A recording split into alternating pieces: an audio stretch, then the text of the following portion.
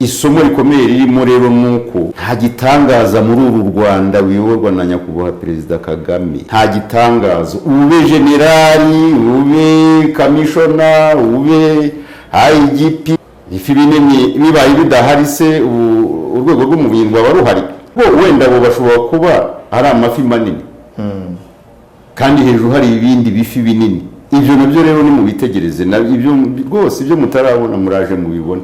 Inshingano buri wese afite akwiye kumenya ngo ariko ubu uyu mwanya mwicayemo ari uko ndusha abandi banyarwanda ubumanzi cyangwa gukunda igihugu, bagahora bigengeserera.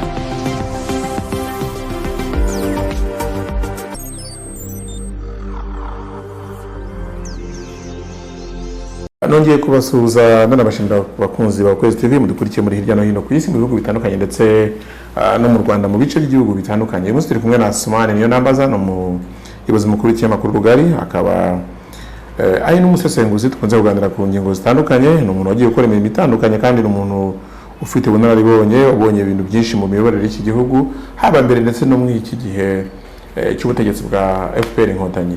Ndavuga ngo ingingo tuyoganiraho uyu munsi igendanye n'amakosa ajya akorwa n'abayobozi batandukanye mu nzego zitandukanye, ugasanga bavanywe mu myanya ejo bundi ukabona yasubijwe mu wundi mwanya.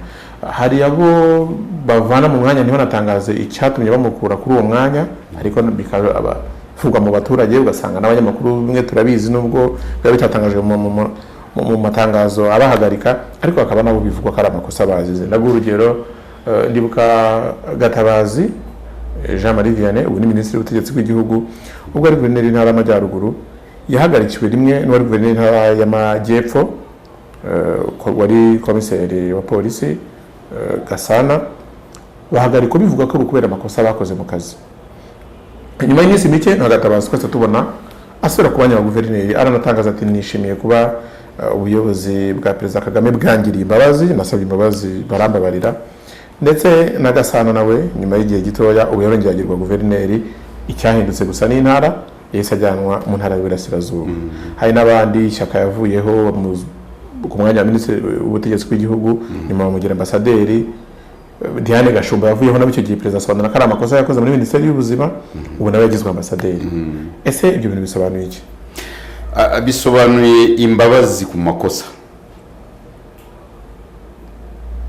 ariko bitandukanye no kuba umuntu yakora ibyaha.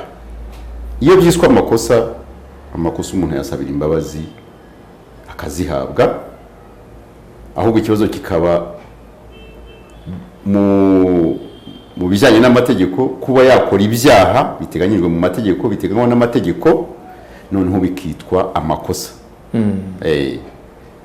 Rero kuba abo ngabo n'abandi bakora amakosa akagaragara, bakayemera, bakayasabira imbabazi, ibyo ni ibintu bisanzwe. Kandi imbabazi twihuse tunabivuze mu buryo busobanutse, abo ni abayobozi mu nzego zitari izo hasi, abayobozi bashyirwaho na nyakubahwa Perezida wa Repubulika. Perezida wa Repubulika ni nk'umubyeyi. Umwana ashobora gukora amakosa, umubyeyi akamubabarira, ariko ashobora gukora icyaha kabone n'ubwo umubyeyi yamubabarira, amategeko ntamubabarire, agakurikiranwa. Ubwo ngira ngo waba unakomoje ku bayobozi bamwe na bamwe bari gukurikiranwa, hari abafunzwe. Yego nyine nibyo ngiye kugeraho. Ibyo nubwo tuba tubizi nk'itangazamakuru, uwambaza ngo mubizi mute, namubwira nti byaba ari akaga kuba wumva ko tutabizi, kandi ariko kazi kacu n'itegeko ritwemerera gukora amaperereza, ubona yo yaba yifitemo ikibazo. Ariko amakosa ya Gatabazi, amakosa ya Gasana CG, komiseri general Gasana, bitandukanye oya na Diane Gashumba, bitandukanye n'uwari na mugenzi wabo ndetse unabakuriye, wari umunyamabanga mukuru wa leta, umunyamabanga wa leta muri minisiteri y'uburezi, Dr. Isaac Munyakazi.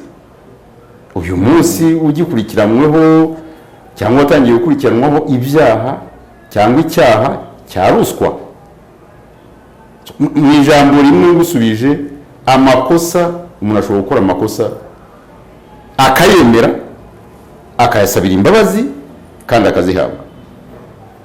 Hejuru y'ibyo nongereho n'ikindi, uretse n'amakosa asanzwe birashoboka, umuntu ni umuntu, ariko hejuru y'ayo makosa y'abayobozi wibuke ko tugiye no mu mateka hari n'abanyarwanda bagiye bakora amahano bakica abantu bakarimbura abantu muri jenoside yakorewe abatutsi muri 1994, bakemera ibyaha bakabisira imbabazi bakababarirwa, uyu munsi bakaba bari muri sosiyete nyarwanda.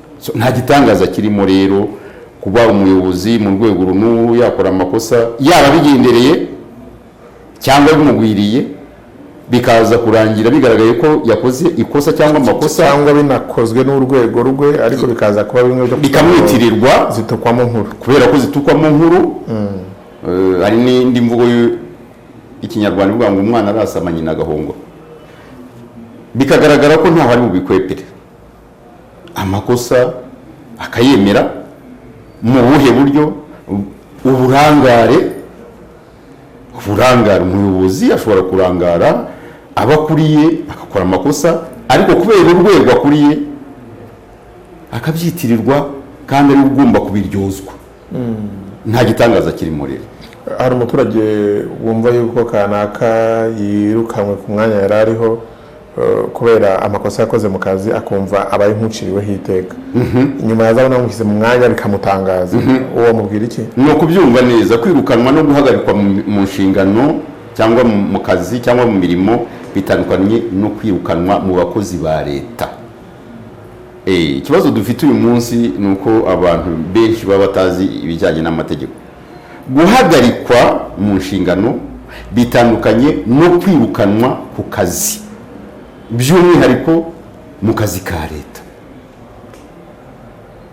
Baraguhagarika ejo bagasanga wakoze amakosa agakurikiranwa, bikaza kurangira bigaragaye ko amategeko adateganya kukwirukana burundu mu kazi ka leta. Icyo gihe rero muri kwa kubabarirwa ku makosa wakoze niho hava guhindurirwa imirimo. Nta gitangaza kirimo, nk'uko byagenze kuri abo ngabo twavugaga, Gatabazi Jean Marie Vianney, Diane Gashumba n'abandi wahindurirwa imirimo bisanzwe, wahagarikwa mu kazi bisanzwe, ariko iyo hatiyongereyeho ngo kubera amakosa. Urugero, Professor Shyaka Anastase, hari amakosa se yigeze avugwaho? Ariko arahari yahinduriye imirimo, yari minisitiri w'ubutegetsi bw'igihugu, uyu munsi ngira ngo yagizwe ambasaderi mu gihugu cya Suwede, cya Polonye. Diane Gashumba n'abajya bongeraho n'akandi ko ngo ari igihugu yashatsemo, banza ngo umusheri we ari umwenegihugu wo muri cya gihugu cya Polonye. Gusa ngewe nzi ko Polonye ari igihugu gikunze kuvamo ba papa, nubwo ndi umusiramu ngo naba ngiye mu bindi, ariko Polonye uzi kapitali yayo ya kiriya gihugu? ngira ngo ni Helsinki. Hanyuma no mu buzima busanzwe hari ibintu bikwiye kutwigisha. Yego. Kuba Gatabazi Jean Marie Vianney yaravanywe ku mwanya wa guverineri akawusubizwaho nta wundi uramusimbura, akavuga ko ari ukubera imbabazi yasabye kandi akazigira. Ikirenze kuri ibyo agahita aba promoted akava ku mwanya wa guverineri, agashingwa kuyobora minisiteri ifite mu nshingano abandi ba guverineri bose n'izindi nzego z'ibanze zose ariyo minisiteri y'ubutegetsi bw'igihugu. Bikwiye kwigisha icyo umuntu, bikwiye kwigisha umuntu muri rusange n'umunyarwanda by'umwihariko imbabazi n'akamaro umuntu afitiye igihugu cyangwa ibyiza yakoze, uburemere bushingiye ku mateka y'ibyiza yakoze. Ari nayo mpamvu mu kinyarwanda baciye umugani ngo ijisho ridahubwa ntirihaka. Icyo bisobanura ni ukuvuga ngo niba uri umugabo mu rugo wataha ugasanga hari ibintu bitameze, usa nkaho utabibonye, umugabo mwiza, umugabo muzima, umugabo ushaka kubaka urugo rwe neza, umuryango we, hari ibyo yirengagiza, akareba ibifite akamaro, akareba ibyateza imbere urugo rwe cyangwa umuryango we, akaba ari byo arangamira, kuruta ko yajya kureba utuntu turi aho ngaho, amasafuriya ari aho ngaho atanduruye, amasahani atoze. Ubwo ni urwo rugero ntanze kugira ngo abazakora iki kiganiro cyane cyane abanyarwanda bajye babyumva neza. Umuntu ashobora gukora ikosa rimwe, abiri, atatu, ariko yarakoze byiza 25, hanyuma mu bupfura, mu mbabazi n'impuhwe zakabaye n'ubundi, kuko nicyo twifuza, arizo zishyirwa imbere kugira ngo uru Rwanda, iki gihugu gikomeze kuba cyiza, hakarebwa ibyo byiza bigashyirwa ku munzani, bakavuga bati oya, nubwo yakoze aya makosa ariko ni ubwa mbere. Ngira ngo no mu butabera hari formule ivuga ngo hashingiwe ko atarigera akurikiranwa mu nkiko, byabaye urukiko rurasanga ko kugabanyirizwa ibihano. Ubwo ndumva ndimo mbihuza kandi ikinyarwanda kirumvikana neza, nta gitangaza kirimo rero. Mu bihe byashize ariko n'ubu wenda ntibirarangira, dukunda kuvuga ikintu, inyito twahaye ngo ni ibifi binini, abantu b'ibikomerezwa badakorwaho. Ibintu biracyahari cyangwa biragenda bishira mu Rwanda? Ntabwo bishobora, uretse no mu Rwanda, ku isi hose nta hatazaba ibifi binini, ku mpamvu zitandukanye. Ibifi binini bibaye bidahari se urwego rw'umuvunyi rwaba ruhari ko rurwanya ruswa n'akarengane? Iyo havuzwe akarengane se wumva iki? Hari kuba bihari, hari no kuba baravuga ko bidakorwa kuko biroba bigoye, ariko muri iyi myaka twabonye abajenerali bafungwa, twabonye abaminisitiri bafungwa. Ahubwo wenda bo bashobora kuba ari amafi manini, kandi hejuru hari ibindi bifi binini. Ibyo nabyo rero ni mu bitegereze, ibyo rwose ibyo mutarabona muraje mubibona. Kabisa. Ibyo bintu rero cyera twenda tuvuga tuti se, ukumva abanyarwanda bati kuki kanaka se yakorwaho, kuki abana nabo batajya bakorwaho. Ariko nabonye ejo kanaka ntavugo, nabonye kandi ejo abantu bavuga kuri Dr Pierre Damien Habumuremyi, ati ni gute umuntu akora hariya ntabwo ari akantu bivuga ngo ikintu. Abantu bavuga bati ni gute Dr Pierre Damien Habumuremyi yabaye minisitiri w'intebe, agakora imirimo inyuranye, akaba minisiteri zitandukanye, kuki igihugu kitamugirira impuhwe? Ndibaza ndavuga nise ko twasabaga yuko ibifi binini byose babiroba. Igihugu cyamugirira impuhwe se ni iki? Cyo gihugu cyaba kitifitemo icyizere cy'amategeko akiyobora. Hejuru yabo ngabo ibyo bifi binini, heregana n'umukuru w'igihugu hari amategeko amureba. Ngira ngo ahangaha abantu baba bakwiye no kubyumva neza. Ntabwo basoma. Buriya itegeko nshinga riri hejuru y'andi mategeko, riteganya buri kintu cyose. Umukuru w'igihugu siwe muntu uri hejuru y'abandi bose mu gihugu. Habaye impamvu zituma ava ku mirimo, areguye, akoze amakosa ni umuntu, cyangwa akoze ibyaha ni umuntu. Itegeko nshinga riteganya uburyo akurikirana. Nanongereho ngo buriya perezida wa repubulika iyo akoze ibyaha ashingwa na procureur general, umushinjacyaha mukuru. Urumva, ni ukuvuga ngo rero nta muntu uri hejuru y'amategeko. Hejuru yabo waruvuze hari n'abandi ejo bundi uzumva ukavuga uti ariko ukaba wabona kongera uti hari umunyamakuru witwa Sumani niyo nambaza ibintu wabimbwiye. Ntawe wenda wambaza utese ko ntabo tubona, kuba mutababona, kuba nta muri minsi cyangwa nta baheruka gukurikiranwa, suko badahari cyangwa badashobora kuboneka cyangwa gukora ibyo byaha, suko hatari amadosiye y'abarimo gukurikiranwa, ahubwo nuko ibijyanye n'amategeko buriya bishobora kuba bitaragera ku musozo. Ariko yewe nakubwira rwose kuri iyi segonda ngo uretse abo bose wumvise, wasanga hari n'abandi ibyabo bizamenyekana ejo cyangwa ejo bundi hanyuma amategeko agakora akazi kayo. Mu kiganiro twigeze kugirana na Ingabire Marie Immaculée umuyobozi wa Transparency International Rwanda ku bijyanye nyine n'abo bantu dukunda kwita ngo ni ibifi binini, yagarukaga ku bijyanye no kuba hari abantu nyine bigoye gufata, avuga ati bene abo bantu, yavuga ngo cyaha cya ruswa, avuga ati bene abo bantu twita ibifi binini, amayeri n'ububasha bafite no kubasha kubakuraho iperereza ubwabyo biragoye kugira ngo batahure. Ndaguha urugero wenda nkurikije uko yabivugaga, uzi ko nka minisitiri biragoye yuko ushobora kumukurikirana akiri minisitiri kuko hari ububasha, hari ubudahangarwa afite. Icyo cyo mbaye nk'ukuvaniyeho. No, kamaze gusobanurira mu gihe cyo kumukurikirana ubu turi muri deba. Yego, bibanze byumvikane abantu babe no mu rujijo bazakurikirana kino kiganiro. Nta minisitiri mu Rwanda ugira iminite. umva n'imite nshaka kukubwira iyo ariyo itewe n'inshingano. Uzi ko nk'urugero nka Dr. Isaac Munyakazi ajya gukurikirana ibi byaha yarabanje aregura. Kwegura bivuze iki? Bivuze ngo igihe umugenzacyaha umukozi wa RIB azaza kugushaka, aze kugushaka nta kazi k'abandi uri kwica, aze kugushaka yinjira muri minisiteri adasabye audience, kubera ko minisiteri hari ahantu akorera, hari uburyo umushaka agomba kumubona.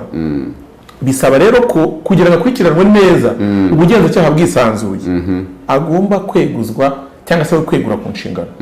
Nubwo akenshi bavuga ngo yeguye ku bushake, ariko agomba kweguzwa kugira ngo ntabwo ari amategeko cyangwa inzego bifite mu bubasha ziramubwira ngo vaho, kandi zibimubwira ntizamushyizeho kuko nta muntu wiha akazi, nta muntu wiha umwanya muri kino gihugu. Hari inzego zibishinzwe ziramubwira ngo kubera impamvu iyi n'iyi andika, sezera, ntizimutegeka se. Ariko ibyo ntabwo bivuga ngo ni iminite cyangwa n'ubudahangarwa yari afite byatuma cyangwa bwatuma adakurikiranwa. Iyo ni procedure y'imiyoborere bishingiye ku mategeko.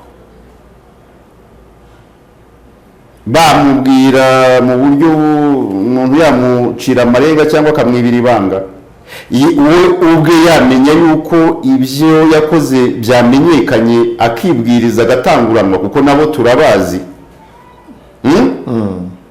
Umuntu akamuburira ati nyamara ibyo byamenyekana, ako kanya agahita yandika ibaruwa isezera rwose. Iyo ntabwo ari iminite, ni ibintu bisanzwe kandi ni ibintu biteganyijwe mu mategeko.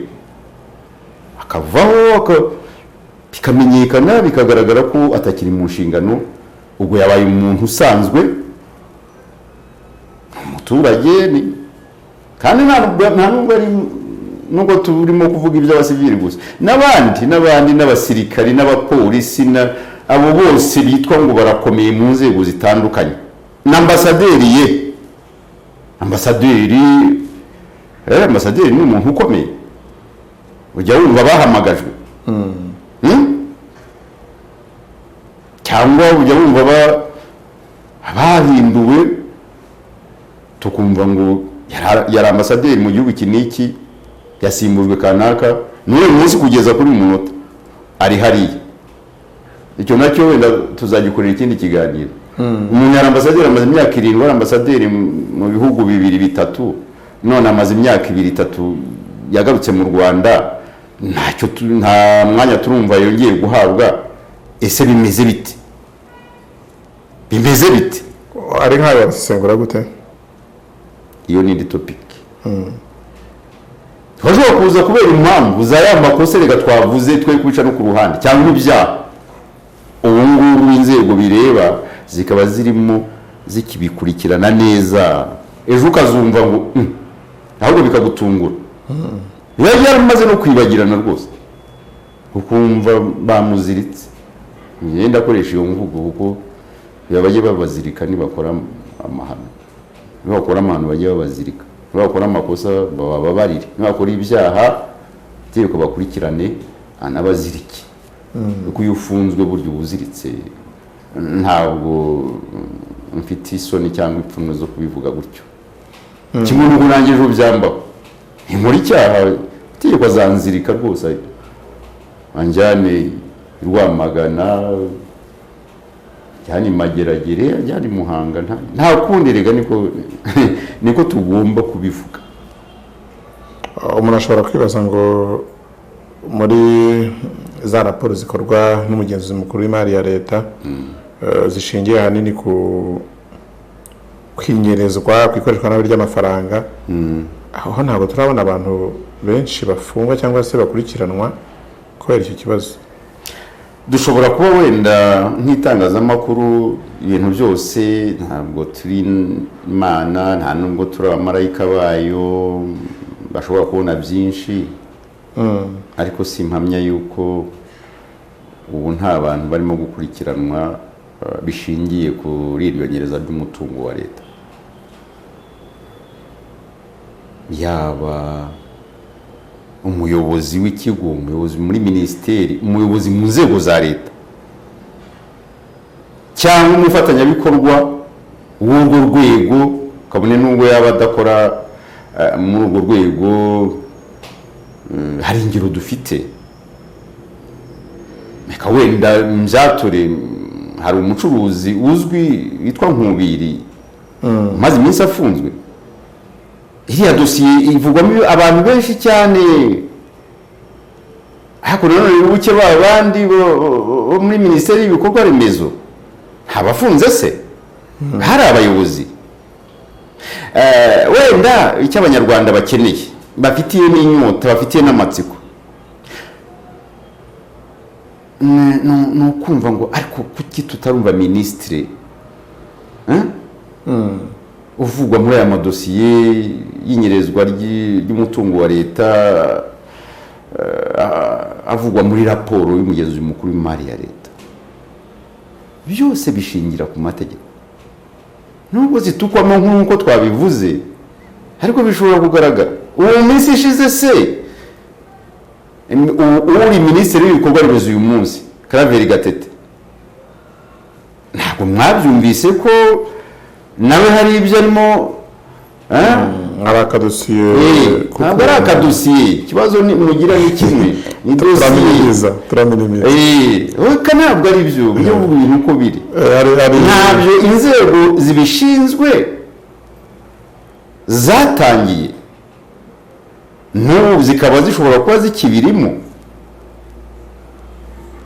Amategeko, inzego z'ubuyobozi, inzego zibishinzwe muri uru Rwanda, ndabivuga nongere mbisubiremo, by'umwihariko RIB, Rwanda Investigation Bureau, cyangwa urwego rw'igihugu rw'ubugenzacyaha, urwego rurimo abantu b'abahanga mu kugenza ibyaha, ariko ntabwo bahubuka. Kandi burya ntabwo ari RIB yonyine ibi birimo, haba harimo n'izindi nzego. Iyo abantu bibaje ngo ariko kuki kana katakurikirana, oya, burya amategeko u Rwanda rwiyemeje gukurikiza, abatarahuzwa, abataranozwa, abantu bajye babyumva gutyo. Ariko ntibivuga ko ejo cyangwa uyu munsi nimugoroba tutari bwumve abandi batawe mu mvuto, umugani w'umuntu, cyangwa batawe muri yombi, cyangwa bahagaritswe, cyangwa bavanwe ku mirimo yabo kugira ngo bakurikiranwe ku byo bakoze bibi, ubu akaba aribwo bimenyekana, cyangwa bikaba byaramenyekanye mu minsi ishize bigakurikiranwa. Uyu munsi hakaba hageze yuko amategeko ashyirwa mu bikorwa. Dusoza kuri iyi ngingo, Asumani, wenda kugira ngo umuntu udukurikiye arusheho kubisobanukirwa, ni irihe somo umuntu akwiye gukura muri ibi bintu? Ndavuga ubwo kuba bantu ibyo bakora, wigeze gutanga urugero rwo guti hari ambasaderi ariko akaza kubona hari ubundi mwanya asubiyemo, hari ukora ikosa ngo twabivuze ugasanga Gatabazi yari guverineri ejo ahise agirwa minisitiri. Ni irihe somo bikwiye kuduha? Dukwiye kumva ko no mu buzima busanzwe dukwiye kwitwara gute byatuma n'ubundi izo shusho zo dushobora kuzibona? Hari ibyo bajya bavuga mu Kinyarwanda ngo umwana yishakira ingobyi. Reka nubwo ndi umusiramu mpere ku byo Uwiteka yavuze muri Bibiliya. Zaburi igice cya 50:21 haranditse ngo ibyo urabikora nka kwihorera ukibwira ko mpanywe nawe rwose. Umunsi umwe nzaguhana mbishyira imbere y'amaso yawe uko bikurikirana byose. Isomo ririmo rero nuko ibyo buri wese akora, inshingano buri wese afite, akwiye kumenya ngo ariko ubu uyu mwanya mwicayemo ari uko ndusha abandi banyarwanda ubumanzi cyangwa gukunda igihugu, bagahora bigengesereye. Cyo ni kimwe. Cya kabiri, ukora ibyo ukora, ariko ndakwifuriza gusaba Imana ngo igufashe kubinoza neza, ikurinde no kugwa mu byaha cyangwa amakosa yo kwangiza iby'igihugu cyagushinze. Ubisaba Imana, twese turasenga mu myemerere yacu. Nge niyo nama natanga kuri abo bose tuvuga. Isomo rikomeye ririmo rero nuko nta gitangaza muri uru Rwanda wiyoborwa na nyakubahwa Perezida Kagame.